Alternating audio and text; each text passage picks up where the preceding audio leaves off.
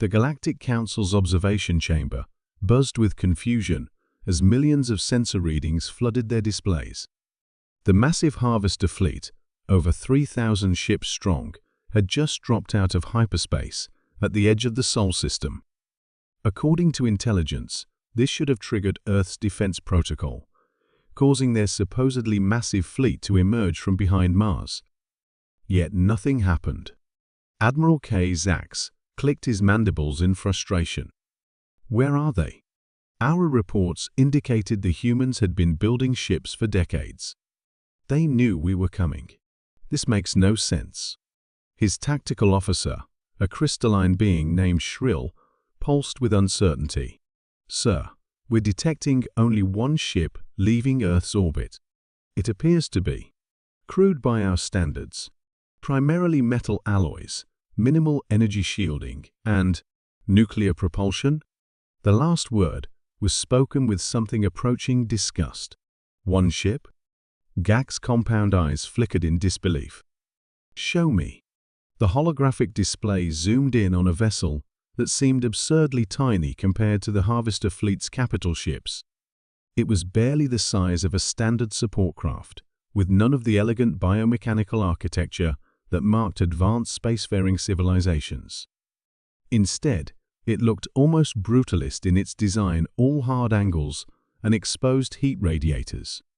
They're hailing us, Shrill announced. Put them through. Let's hear humanity's surrender. The image that appeared showed a single human female in what appeared to be a primitive pressure suit. Her dark skin was barely visible through the reflective visor, but her voice came through clear and confident. This is Captain Sarah Chen of the Earth vessel Pandora. We request parley under Article 7 of the Galactic Conventions. K. Zax couldn't help but laugh, a sound like grinding stones. You face the might of the harvester fleet with a single vessel, and you wish to negotiate? Your species truly is as arrogant as they say. No negotiation, Captain Chen replied calmly. Just making sure we're following proper protocol before we proceed. You've been warned about entering this system. What happens next is on you. Before K. Zax could respond, his sensor officer screamed a high-pitched crystalline shriek. Admiral, the human vessel. It's opening. The Pandora's outer hull was splitting apart like a blooming flower, revealing a cargo hold that seemed to bend in impossible ways. Space itself appeared to twist around the ship. Impossible, K. Zax whispered. Their technology level shouldn't allow. Sir, Shrill's voice had risen several octaves. We're detecting quantum fluctuations on a scale I've never seen.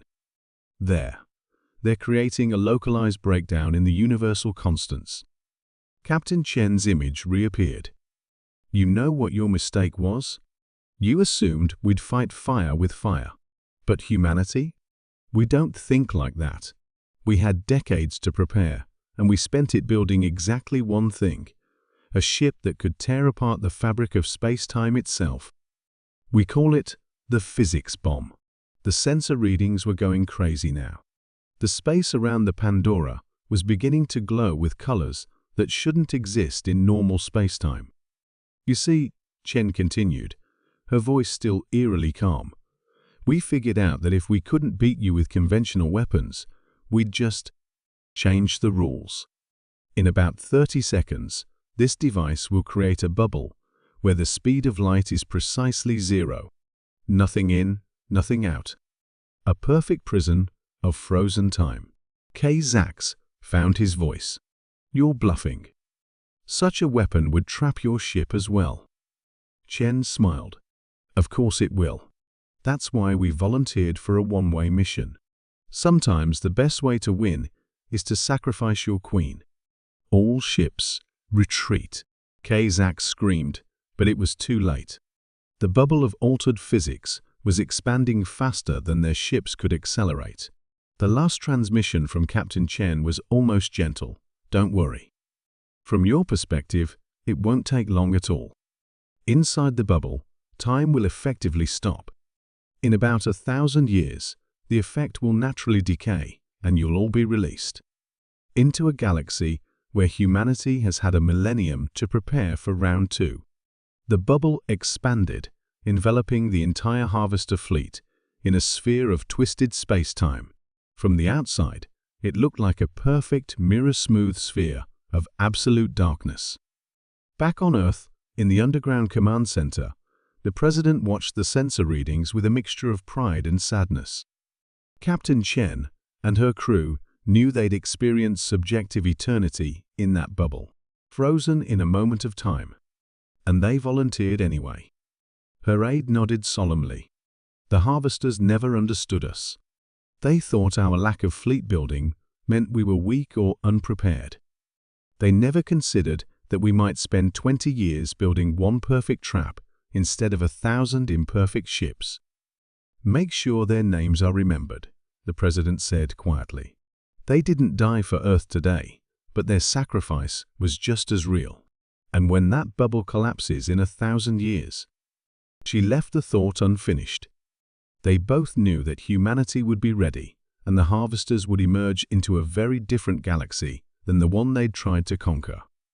Out in space, the perfect black sphere hung like a monument to human ingenuity and sacrifice, a reminder to the galaxy that sometimes the most dangerous species are the ones who think differently.